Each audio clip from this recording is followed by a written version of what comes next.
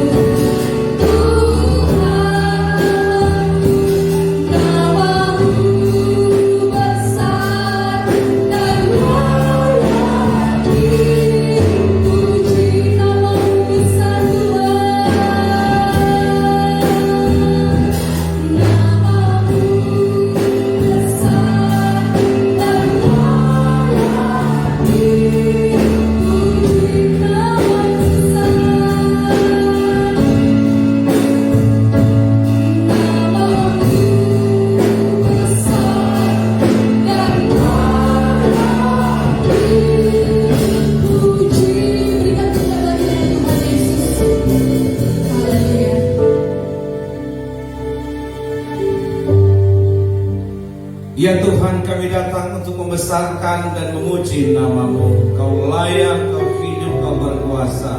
Satu-satunya yang kami agungkan dan muliakan Tuhan Yesus Kristus.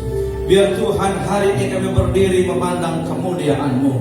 Biar Tuhan kami merasakan curahan kuasa Roh Kudus. Perbaharui hati kami, perbaharui batin kami. Buat mata kami hanya tertuju kepadamu, ya Bapa kami yang mulia. Maka Tuhan, ibadah kami hari ini, sungguh kami mengundang Kau hadir dalam ibadah kami. Kiranya ibadah kami di pagi hari ini boleh jadi di dalam nama Bapa, Anak, dan Roh Kudus. Kasih karunia, rahmat, dan damai sejahtera dari Bapa kita dan dalam Tuhan Yesus Kristus menyertai ibadah kita di awal sampai akhir. Nama Tuhan dipuji dan dimuliakan. Di dalam nama Yesus kami tabiskan ibadah kami di pagi hari ini. Haleluya. Amin. Mari kita berdiri, kita mengaku iman kita dengan pengakuan iman rasuli 1, 2, 3. Aku percaya kepada Allah Bapa yang Maha Kuasa, Khalik langit dan bumi, dan kepada Tuhan Yesus Kristus, Anaknya yang tunggal, Tuhan kita, yang dikandung daripada Roh Kudus, lahir dari anak darah Maria, yang menderita di bawah pemerintahan Pontius Pilatus, disalibkan, mati, dan dikuburkan, turun ke dalam kerajaan maut, pada hari yang ketiga bangkit pula dari antara orang mati, naik ke surga, duduk di sebelah kanan Allah Bapa yang Maha Kuasa, dan akan datang dari sana untuk menghakimi orang yang hidup dan yang mati.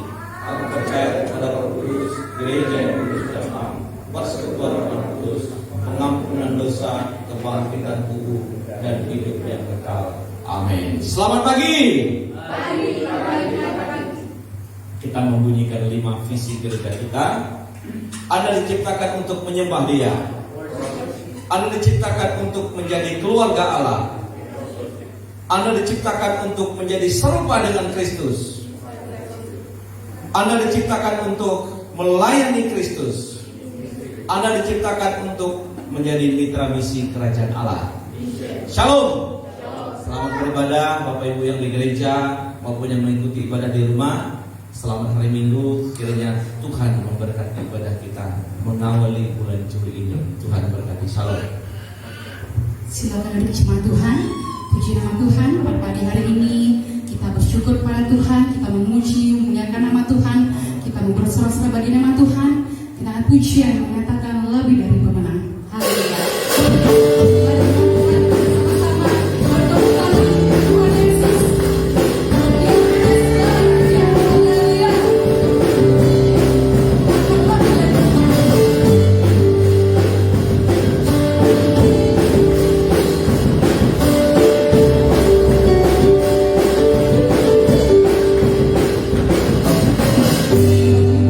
Pemenang dalam segala perkara.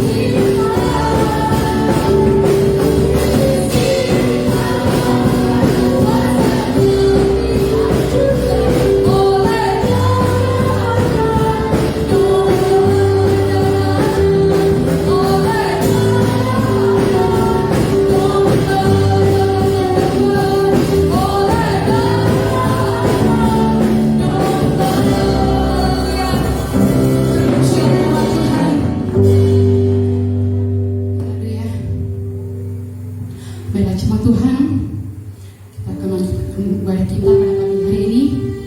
Kita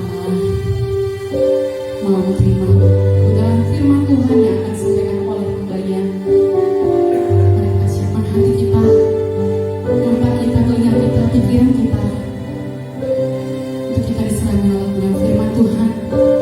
Kita pujian, sujud di altar. Ya Tuhan, Kau berfirman pada kami oleh hamba-Mu. Terima kasih Tuhan.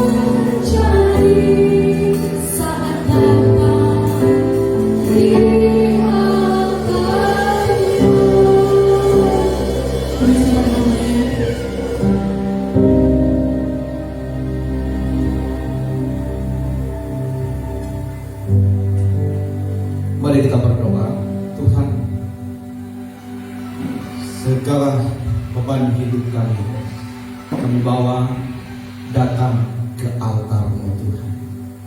Dan hari ini kami sudah ada dan berkumpul di dalam hadirat-Mu.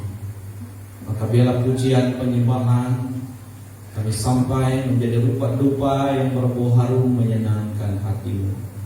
Dan sebentar lagi kami mendengarkan sabda firman-Mu. Urapi berkati kami semua supaya kami sungguh diberkati di dalamnya. Dalam nama Yesus kami siap dengarkan firman-Mu. Haleluya. Amin. Silakan duduk kembali.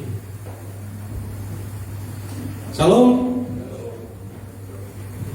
Kita merenungkan firman Tuhan.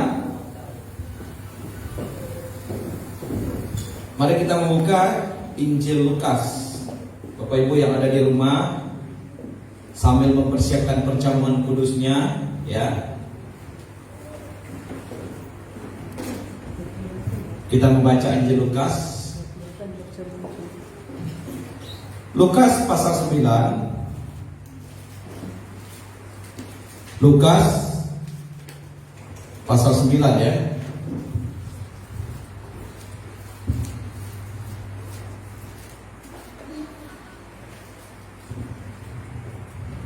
Lukas pasal 9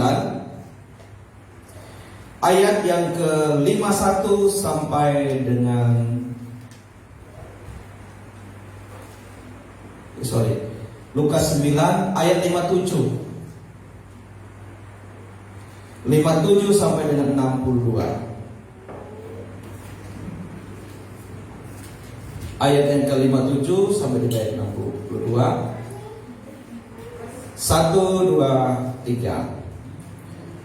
Ketika Yesus dan murid-muridnya melanjutkan perjalanan mereka, berkatalah seorang di tengah jalan kepada Yesus, "Aku akan mengikut engkau kemana saja engkau pergi." Yesus berkata kepadanya, "Serigala mempunyai liang, burung mempunyai sarang, tetapi anak manusia tidak mempunyai tempat untuk meletakkan kepalanya." Orang kedua, lalu ia berkata kepada seorang lain, "Ikutlah aku." Tetapi orang itu berkata, "Izinkanlah aku pergi dahulu menguburkan bapakku." Tetapi Yesus berkata kepadanya, "Biarlah orang mati menguburkan orang mati, tetapi engkau pergi dan beritakanlah kerajaan Allah di mana-mana." Orang ketiga, dan seorang lain lagi berkata, "Aku akan mengikut engkau Tuhan, tetapi izinkanlah aku pamitan dahulu dengan keluargaku." Tapi Yesus berkata, "Setiap orang yang siap untuk membaca tetapi menoleh ke belakang tidak layak untuk kerajaan Allah." Kita belajar 3 hal di pagi hari ini dengan satu tema, pengikut Yesus sejati. Nah, pengikut sejati Tuhan Yesus. Saya sebelumnya mau tanya kepada kita semua. Boleh dijawab dalam hati, boleh dijawab dengan kata-kata. Apakah Bapak Ibu sudah yakin kita ini pengikut Yesus? Yakin? Ayo. Sudahkah kita yakin saya pengikut Yesus? Kalau begitu kita sama-sama berkata, saya pengikut Yesus. 1, 2, 3. Saya pengikut Yesus. Ulang semangat. Gayanya kayak tentara. Saya pengikut Yesus. 1, 2, 3. Saya pengikut Yesus. Amin.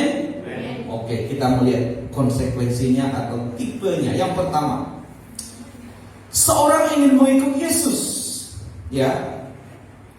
Yang pertama dikatakan bahwa aku ikut engkau kemanapun engkau pergi. Yesus buat peringatan yang pertama, apa? Serigala punya liang, terus burung punya sarang, anak manusia tidak punya tempat untuk apa? Meletakkan kepala. Yang pertama, kalau kita mau mengikut Yesus, jangan berharap punya jaminan finansial. Yesus berkata memang betul, saudara. Coba lihat sebuah atau seorang tokoh, ya, yang sampai sekarang punya pengikut miliaran, memulai pelayanannya nggak punya apa-apa, betul nggak? Apa modal Yesus? Andai kata Yesus ini seorang yang bergerak di bidang politik, sekarang saudara, kalau mau membangun partai, so lihat yang punya partai itu kebanyakan orang kaya. Siapa? Surya Paloh, Haritanu Sudibyo, siapa lagi? Hairul Tanjung, Akbar Tanjung. Itu orang-orang kaya. Abu Rizal Bakri pernah pegang Golkar. Terus di PDI Perjuangan, Megawati juga duitnya banyak. Yusuf Kala pernah pegang Golkar, duitnya banyak. Rata-rata mereka punya finansial jaminannya luar biasa. Tapi orang yang nggak punya duit, ya, orang bukan anak orang kaya, hanya tukang kayu, tapi pengikutnya banyak. Sampai hari ini pengikut Yesus luar biasa banyaknya. Padahal Yesus nggak punya modal. Nah, ada seorang mau ikut Yesus. Yesus kira bilang gini, ada kata di sebuah partai, bos, saya mau melamar gabung ke partai Anda.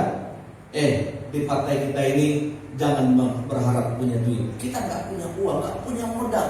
Ini kalau partai, ya. Nah, ini Yesus berkata kepada seseorang ini, kamu ikut saya, lihat gaya hidup saya. Coba lihat Yesus. Yesus nggak punya sponsor orang kaya, ya.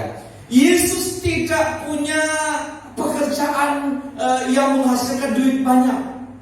Bapaknya bukan pengusaha, bapak hanya tukang kayu saja. Rumahnya saya belum pernah lihat itu rumah Yesus itu sebagus apa. Itu yang saya sampai sekarang masih penasaran. Apakah Maria sama Yusuf punya rumah atau enggak? Ada saudara dapat di ini media sosial pernah lihat rumah Maria dan Yusuf?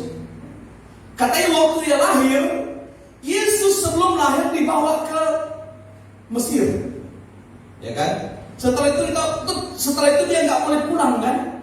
Setelah itu dia di Nazaret. Dia juga seperti orang yang berpindah-pindah. Setelah itu baru setelah dia besar, dia melayani di daerah Galilea. Nggak diceritakan rumah Maria sama Yusuf itu sebagus apa. Nggak diceritakan Yusuf ini sama pengusaha yang kayak Jokowi. Jokowi ini tukang kayu juga gitu kan. Sukses mebelnya. Bukan seorang yang sukses mengelola mebelnya, bukan. Secara finansial income yang gajah. Kemudian dia merekrut 12 muridnya. Bagaimana makan Yesus selama 3 tahun setengah? Nggak jelas dari mana penghasilannya. Kerjanya Yesus hanya dari kota ke kota, dari kampung ke kampung. Dia hanya penginjilan bawa 12 orang ini. Dan katanya di tengah jalan ada orang yang hendak, guru, kemanapun guru pergi, aku mau ikut. Yesus bilang gini, hei, mau ikut saya. Yang pertama, jangan berharap sudah dapat harta, dapat uang, jaminan secara finansial. Artinya apa? Siap menderita, siap kekurangan, siap mengembara. Jangan lagi tertarik dengan dunia ini. Dunia bukan tempat kita. Abraham berkata dalam Ibrani 11, kita hanya seorang asing di dunia ini. Maka saya mengingatkan kita yang pertama, tadi kita sudah jawab berkata saya mengikut Yesus. Yang pertama, tolong pikirkan ulang. Pikir. Masihkah saudara yakin saudara mengikut Yesus? Kalau andai kata nggak ada jaminan secara finansial.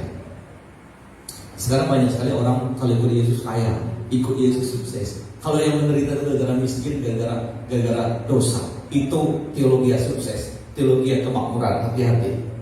Nah, yang kedua, saudara, ayat yang berapa tadi? Ayat 58. Yesus berkata kepadanya, ayat 59, lalu ia berkata kepada seseorang lain, ikutlah aku. Tetapi orang itu berkata kepadanya, izinkanlah aku pergi dahulu menguburkan bapakku. Nah, supaya saudaranya nggak salah, waktu itu bapaknya belum mati. Tradisinya orang Yahudi, ini kemungkinan anak sulung, ya. Tradisinya orang Yahudi sama barangkali dengan orang Tionghoa. Orang Tionghoa itu kalau papanya meninggal, biasanya yang bakar Yang bakar itu anak yang tua, biasanya gitu ya, yang menyebutkan api. Nah dia begini, ini berbicara tentang tradisi. Saya mau ikut engkau, saya tunggu bapak saya meninggal, saya urus pemakamannya. Kalau udah selesai semua urusan keluarga, saya totalitas ikut Tuhan. Nah, tipe orang kedua gini, saya mau melayani Tuhan, tunggu. Yang kedua, Tuhan ingin kita totalitas. Tunggu ya. Tunggu saya sudah punya istri. Tunggu saya sudah tua baru bertobat. Tunggu saya sudah sukses. Ada seorang bertanya sama saya, Pak Ger, saya ini meminta izin katanya. Kenapa? Dulu saya bandar togel. Boleh gak izinkan saya jadi bandar togel 1 tahun, setelah itu saya total mengikut Yesus. Dia bandar togel itu togel bola. Itu duitnya banyak. Setelah duitnya banyak, dia bilang gini, saya baru mengikut Yesus. Nah, yang kedua saudara, mengikut Yesus itu tidak boleh pakai syarat-syarat andai kata, bolehkah? Nah, jadi Tuhan ingin kita totalitas dalam mengikut Tuhan Yesus. Ayat yang selanjutnya, bagian yang ketiga. Bagian yang ketiga, ada orang tipe yang ketiga. Ayat yang ke-61. Apa? Dan apa? Seseorang lain lagi berkata, aku akan mengikut engkau dahulu, tetapi apa? Izinkanlah aku pamitan dulu dengan keluargaku. Apa kata Yesus ayat 62? Tetapi Yesus berkata, setiap orang yang siap membaca tetapi menoleh ke belakang, ia tidak layak kerajaan Allah. Sudah belajar 3 masalah orang mengikut Yesus. Yang pertama, susah melepaskan harta dunia. Yang kedua, itu masalah tradisi tadi ya, itu tantangan. Yang ketiga, itu masalah tidak fokus. Dia bilang gini, kalau ikut saya jangan lihat belakang lagi. Banyak orang ikut Tuhan itu semua kita punya masa lalu. Reguran berkata hidup ini terdiri 3 lembaran. Lembaran hari kemarin, lembaran hari ini, dan lembaran hari esok. Jadi kalau mau ikut Yesus, jangan sudah sampai lembaran masa lalu saudara merusak saudara ikut Tuhan.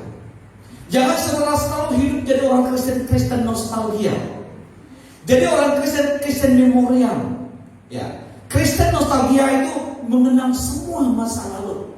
Yesus bagi udah, yang lalu sudah berlalu. Itu yang dikatakan oleh Paulus, aku melupakan apa yang ada di belakangku dan berlari kepada tujuan yang ada di depanku. Itu bicara apa? Satu, bicara tentang prioritas. Itu bicara tentang apa? Itu bicara tentang komitmen. Nah, saudara harus sungguh-sungguh memiliki komitmen, totalitas, prioritas. Untuk apa saya mengikut Yesus? Jadi yang ketiga ini sebenarnya nggak terlalu susah. Kalaupun saudara bilang sama saya, Pak, saya pulang kampung pamit sama orang tua, saya bilang gini, monggo silakan, minggu depan datang lagi. Itu kalau saya jadi Tuhan Yesus. Saya bilang gini, pamit sama orang tua itu bukan bicara tentang pamit, Pak, permisi sebentar. Itu mengurus urusan keluarga. Ya. Jadi saudara yang ketiga, ketika kita fokus mengikut Yesus, Yesus harus jadi nomor 1. Ya. Bukan berarti kita mengabaikan keluarga, jangan salah. Bukan kita mengabaikan rumah tangga. Kalau tanya sama saya, keluarga itu harus yang utama. Banyak juga orang melayani Tuhan melalaikan keluarga, itu nggak boleh. Tetapi Yesus ini bukan bicara, Yesus bicara hati. Yesus bicara prioritas. Maka andai kata ini dibuat sebuah pengkajian termometer atau kita kaji, ya. Kira-kira pertanyaannya seperti ini, ya. Ini pertanyaannya untuk mengukurnya, ya. Bagaimana kita menggunakan uang kita? Bagaimana kita menggunakan waktu kita? Bagaimana kita membagi berkat-berkat Tuhan? Itulah tanda kita menjadi orang Kristen yang fokus kepada Yesus atau fokus kepada materi. Nah, Yesus berkata bahwa untuk mengetahui hati engkau, untuk mengetahui cinta akan Tuhan, totalitas kepada Tuhan, fokus kepada Tuhan, itu ukuran pertama, harta. Ukuran yang kedua, uang, waktu, tenaga yang kita punya. Kira-kira Bapak Ibu berapa persenkah tenaga kita, uang kita, waktu kita pakai untuk kepentingan diri sendiri, untuk kepentingan keluarga, dan untuk pekerjaan Tuhan. Nah, kita nggak bisa menjawabnya. Yang bisa menjawab adalah hati nurani kita. Maka Yesus berkata bahwa untuk mengikut aku 3 hal tipe orang. Pertama, terikat dengan materi. Yang kedua, terikat dengan tradisi. Yang ketiga, terikat dengan masa lalu. Mari kita melihat dalam kehidupan kita 3 hal ini. Dan maka Yesus mengungkapkan dalam Matius pasal 6 ayat 24. Dia bilang gini, jika engkau mengikut aku, engkau harus menyangkal diri setiap hari dan pikul salib dan ikutlah aku. Maka ketika saya memulai sebuah pertanyaan, kita berkata saya mengikut Yesus, minimal Bapak Ibu harus memikul 6 hal. 6 hal yang kita pikul. Yang pertama, tidak lagi tertarik dengan kesenangan diri sendiri. Itu menyangkal diri. Aduh, itu dulu hobi gue, itu kesukaan saya dulu, sekarang udah enggak lagi. Itu nomor 3 pertama. Aduh, dulu saya kalau diajak begitu, saya paling suka. Sekarang udah enggak lagi. Itu namanya menyangkal diri. Saudara, ketika ada sesuatu yang paling kita suka, kita berkata tidak, kita sudah lulus ujian pertama. Yang kedua, kalau saudara berkata pengikut Yesus sejati, yang kedua, ya, setiap orang, ya, tidak pilih orang harus menguji diri sendiri. Apakah sudah totalitas pikul salib? Kemudian yang ketiga, tidak perhitungan, tidak memperhitungkan hak-hak pribadi. Yang tadi itu agak-agak perhitungan sama Tuhan. Tuhan mau sih, tapi ya saya maunya begini dulu. Ada orang begini, saya mulai Tuhan kasih saya motor. Saya mulai Tuhan kasih saya ini. Saya sungguh-sungguh Tuhan kasih saya ini. Ini namanya Kristen persyaratan. Nah, tidak perhitungan sama Tuhan. Saya coba tadi pagi ya, saya sekarang setiap minggu ditelepon dari TDRI untuk siaran, tapi by phone ya. Saya bilang begini, sudah tahu di Pontianak ini harga tanah berapa semeter? Di pinggir kota 1 juta 1 meter. Tanah kita kurang lebih 1 juta 1 meter tanah gereja. Di tengah kota 10 juta 1 meter. Di tengah kota 10 juta 1 meter. Untuk saudara membangun rumah minimal sudah perlu tanah 100 meter, 10 kali 10 atau 6 kali berapa gitu, 16 meter untuk bangun rumah. Itu di Pontianak itu harganya berapa? 10 juta. Saya coba cek di Pulau Reklamasi Jakarta itu harganya 1 meter 25 juta sampai 30 juta 1 meter. Di surga berapa 1 meter? Saya berpikir susah untuk kita bayar beli tanah di surga. Di surga gini, aku kasih Anda tanah 5 meter aja untuk Anda bikin rumah di surga. Itu harganya berapa miliar? Makanya begini, aku punya rumah di surga, aku gak perlu bayar. Maka jangan hitung-hitungan dengan Tuhan. Rumah di surga itu bangunannya ribuan jutaan tahun, gak perlu bayar. Rumah yang kami tempati itu sudah mulai ada bubuk-bubuknya jatuh-jatuh, yang barangkali sudah sekian puluh tahun. Di bawah-bawahnya ada kayu-kayu yang sudah mulai lapuk-lapuk. Kenapa? Itu bangunan manusia. Kami beli di atas hampir 200 juta. Itu rumah di dunia loh. Rumah di surga mahal, maka jangan kita hitung-hitung ikut Tuhan, saudara. Karena untuk kita membayar tanah di surga belum bangunannya, itu tanah di surga mahal banget. Berapa sih harganya? Seharga darah Yesus. Bagaimana bayarnya? Yesus bilang, oke, nggak perlu pakai uang. Anda pasang badan Anda dicambuk sekian ratus puluh kali. Anda dipermalukan di depan umum, diludahi, dihajar, dihina, dicaci maki, dan matinya tersalib. Itu bayarnya, biar impas sama saya. Wah, kita juga nggak sanggup ya. Jangan dan dihina, baru dimaki 1 kali, rasanya kaki ini sudah mulai mau melawan gitu ya. Jangan dicambuk, jangan dipermalukan. Jadi saudara, kalau mau jujur kita gak bisa bayar seperti yang Yesus bayar. Maka saudara, konsekuensi, matikan ego kita, matikan fokus pada diri sendiri. Kita berani berkata tidak, menolak hal-hal yang paling kita sukai, dan pikul salib setiap hari dan ikut Yesus. Pengikut Kristen sejati, pengikut Yesus jadi Kristen sejati. Kita belajar hari ini, memang Bapak Ibu harganya mahal sekali. Tapi impas. Karena di surga rumahnya mahal, terus listriknya nggak bayar, airnya nggak bayar, makan pun nggak bayar. Bapak Ibu makan satu hari berapa? Anggap kita hitung 30.000 ya. Pagi 10.000, siang 10.000, malam 10.000, 30.000. 3 kali 3, 900.000 makan satu bulan. Anggaplah genap 1 juta. Setahun berapa? 12 juta. 10 tahun 120 juta. Nah, kalau kita hidup di surga 1 miliar tahun, mau perlu duit berapa? Makannya pasti enak, pasti higienis, ya kan? Nah, tapi ada orang ini, Pak, masih makan dari surga? Saya juga nggak tahu. Ada katanya ada buah katanya. Buah itu berbuah itu berapa kali ya? 6 kali setahun nggak berapa ya? Buahnya katanya enak, betul makan juga gitu ya. Nah, saya tidak tahu surga makan atau enggak. Tapi listrik nggak perlu, gas nggak perlu, telepon nggak perlu. Kenapa? Di surga kita nggak perlu bawa HP lagi. Semua sudah enak. Bayangkan di surga fasilitas lengkap, nggak perlu bayar, free. Sekali aja kita serahkan hidup sama Yesus, maka sudahlah di surga tempatnya nyaman. Yang perlu kita bayar sekarang, bayar hidup kita sungguh-sungguh ikut Tuhan dan melayani Tuhan. Saya berdoa kita tidak punya tiga ini. Kita punya tipe Tuhan, suka-sukamu Tuhan. Inilah hidupku yang sudah ditebus oleh darah-Mu yang kudus. Jadikan hidupku untuk melayani Tuhan. Mari kita berdoa sebelum kita masuk perjamuan kudus. Tuhan Yesus, terima kasih buat pagi hari ini. Menjadi pengikut Kristen sejati, ikut Tuhan Yesus.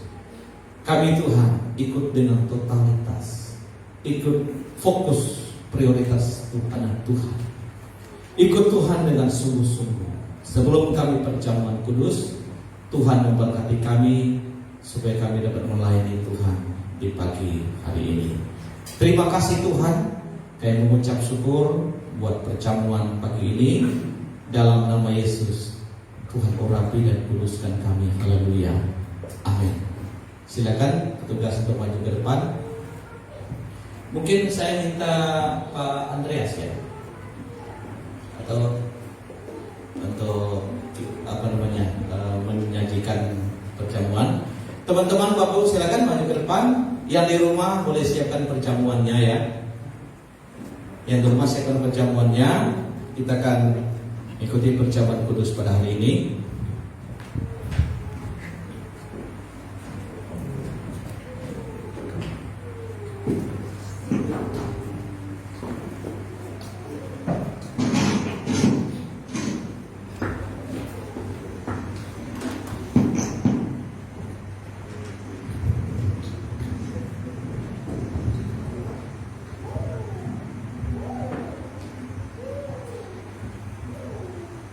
Ya, sambil Bapak Ibu di rumah mempersiapkan perjamuan,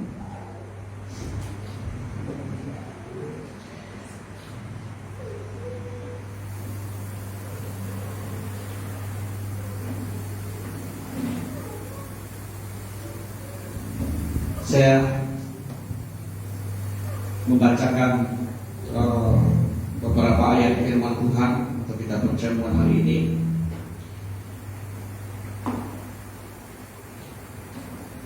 Mari kita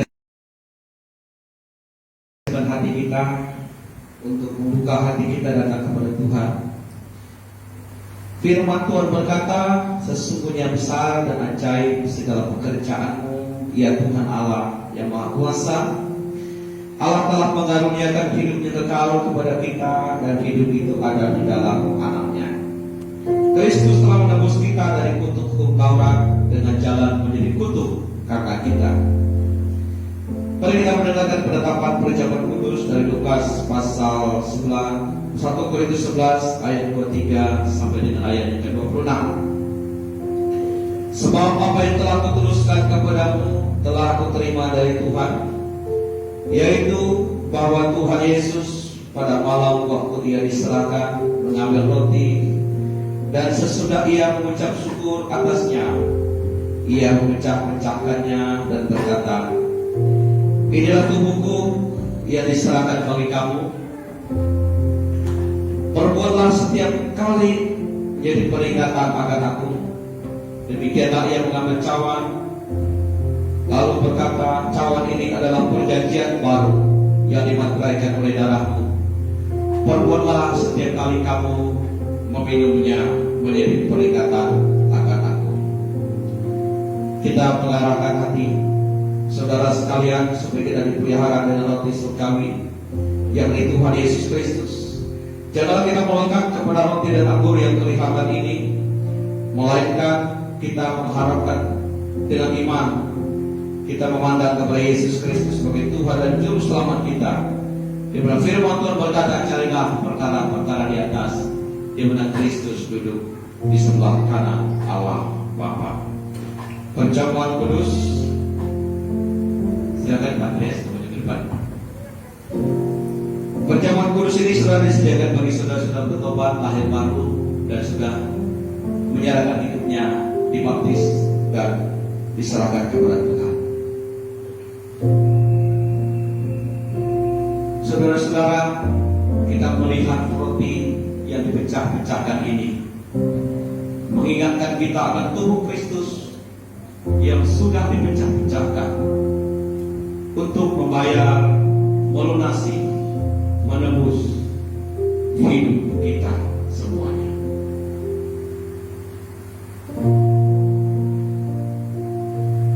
Cawan perjamuan ini yang dipakai untuk mengucap syukur mengingatkan kita akan darah Kristus yang sudah dicurahkan untuk melunasi, membayar dosa-dosa kita. Mari kita terima dengan iman, bagikanlah di antara kita sekalian sampai kita mengiringnya dengan satu pujian. Yesus mencurahkan darahnya.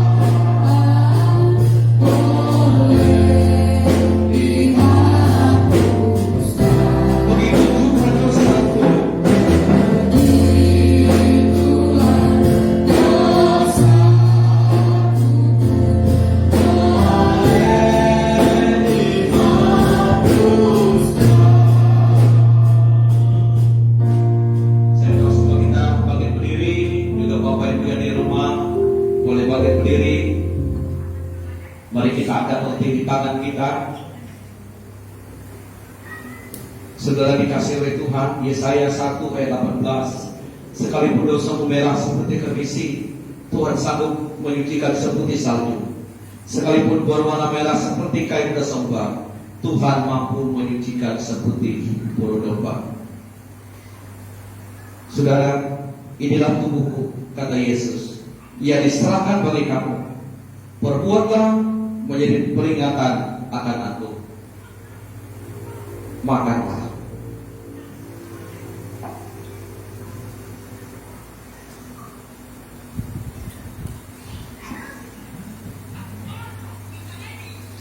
Kita persiapkan anggur kita.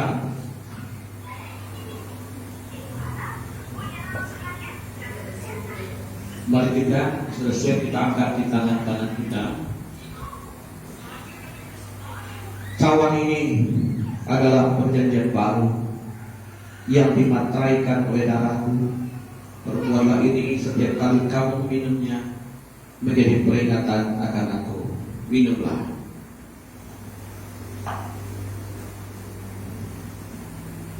Mari kita mengucap syukur karena darah Yesus kita boleh hidup yang kekal.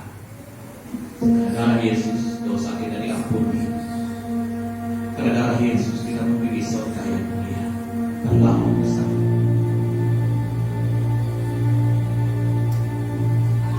Terlalu maha besar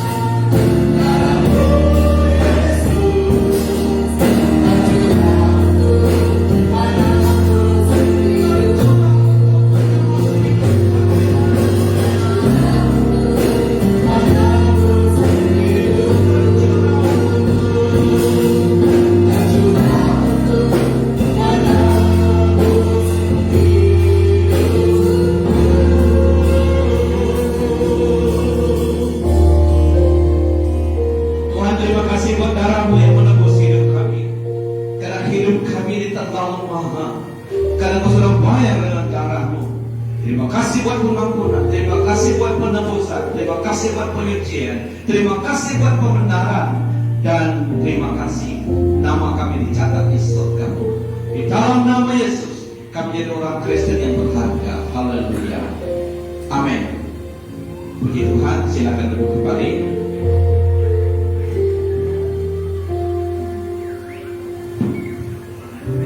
Puji nama Tuhan, saudara-saudara. Kita sudah diberkati oleh kebenaran firman Tuhan dan sudah diterima perjamuan kudus. Saatnya kita akan memberikan persembahan buat Tuhan. Kita berikan yang terbaik buat Tuhan dengan sukacita. Dan pujian, sungguh bangga Bapa. Punya Allah seperti Engkau.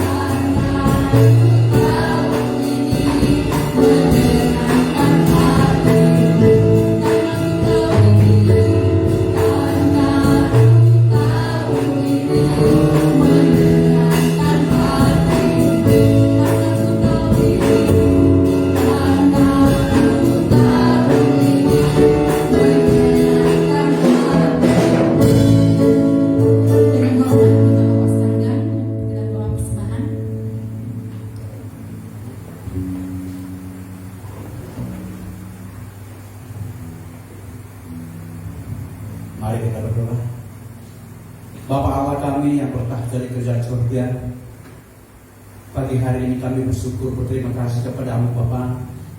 Jika Tuhan sudah mengizinkan kami untuk memuji memuliakan nama dan juga mendengarkan firman-Mu Bapa, biarlah firman itu tinggal dalam hati kami dan kami boleh melakukan mengerjakan sesuai dengan kehendak-Mu Bapa. Terima kasih Tuhan, jika pagi hari kami sudah memberikan persembahan, biarlah persembahan itu menjadi penghormat dan kemuliaan nama Tuhan, dan Tuhan akan memberikan berlipat-lipat kali ganda pada kami Tuhan, sesuai dengan perjanjian kepada kami. Terpuji nama-Mu Bapa. Ini adalah doa kami yang teraskan dalam nama anak-Mu Tuhan Yesus Kristus, selamat dan kasih jiwa kami. Amin. Amin. Biarlah jemaat Tuhan, kita akan mengakhiri ibadah kita. Kita akan menutup doa kita, mengucap syukur buat penyertaan Tuhan seperti ibadah kita di hari ini. Jemaat Tuhan, kita bangkit berdiri. Pujian segala perkara yang kita lakukan dalam Yesus. Memenuhi keperluanku.